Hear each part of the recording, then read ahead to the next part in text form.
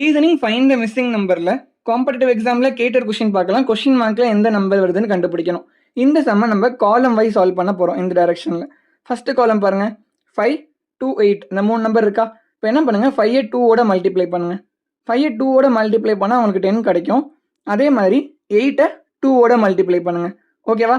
Middle நம்பரோட மேலே இருக்க நம்பரையும் கீழே இருக்க நம்பரையும் மல்டிப்ளை பண்ணணும். அப்போ 8 2ஓட மல்டிப்ளை பண்ணால் அவங்களுக்கு 16 கிடைக்கும். கிடச்சிருக்க ரெண்டு ஆன்சரையும் ஆட் பண்ணுங்கள். 10 + 16 26 கிடச்சிருக்கா. நெக்ஸ்ட்டுக்கும் அதே மாதிரி பண்ணுங்கள். 5 4ஓட மல்டிப்ளை பண்ணணும். ஓகேவா? 5 4s என்ன, நமக்கு 20 கிடைக்கும். நெக்ஸ்ட்டு 3 இருக்குது, 3 4ஓட மல்டிப்ளை பண்ணணும்.